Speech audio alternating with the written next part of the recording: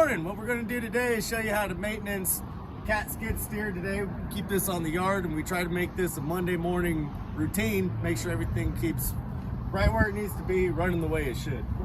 That's right.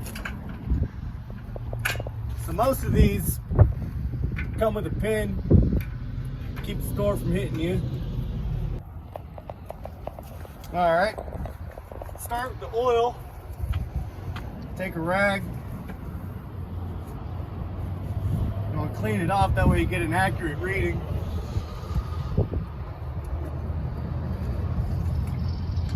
Stick it back in, make sure it's all the way in.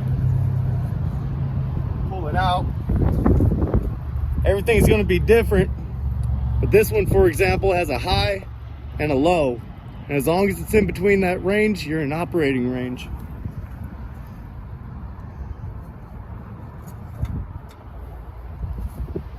Then you want to check the coolant.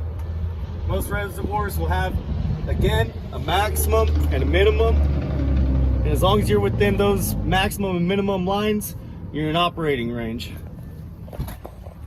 One way that a skid steer or any piece of equipment for that matter can lose its power is a lot of people don't clean out the air filters. When these get clogged up with dust, it's pretty much choking the machine out and it's not working at full capacity.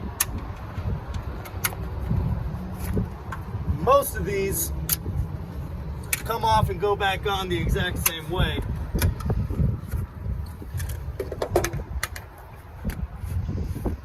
So when you blow these out, you do not want to use compressed air. A lot of the times there could be water or oil in it, or it could do damage to the fibers in the filter.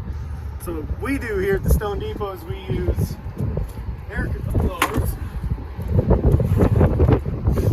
You can do this by yourself. Sometimes it's easier with two people depending on the size of the filter.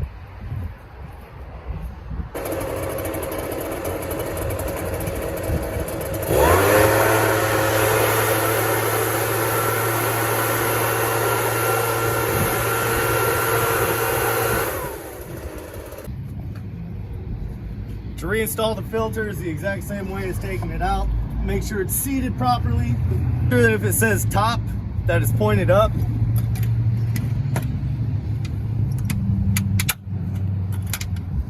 You want to check the rim to make sure that everything is reseated properly.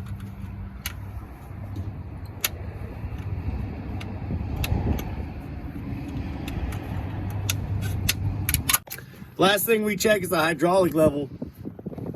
Same thing, as long as it's between the lines, it's within operating range, it's good to go. So you got your coolant, you got your oil, you got your hydraulic level. As long as all those are up to par, you're good to go, good to warm it up. Last thing that we do Monday morning is we grease everything. Most machines suggest anywhere between 7 and 10 operating hours is when you want to hit it with grease. So we're going to run around real quick, we're going to hit all the points. If you grease your machine fairly regularly, what we do a lot of the times, especially in the springtime when we're busy, is make sure that the four in the front get hit, because the more pin is used, the more you want to grease it. It can be especially hard to identify where the machine needs grease, and like we try to tell all the new guys, because myself included, when you first start greasing machines, you're bound to miss a few. So anywhere there's a pin, anywhere there's going to be movement of metal on metal, anywhere it's going to bend or break in the machine, you're going to have a zerk. So you got one here, for example, you've got two down here for two different points of movement, and anywhere you'll see hydraulic ram, there's usually going to be one on either end of it. So for example, the one back here has a zerk that goes all the way back, leads up to it. So just take your time, walk around the machine, identify the pivot points, and if you grease it regularly, you don't have to grease it as much.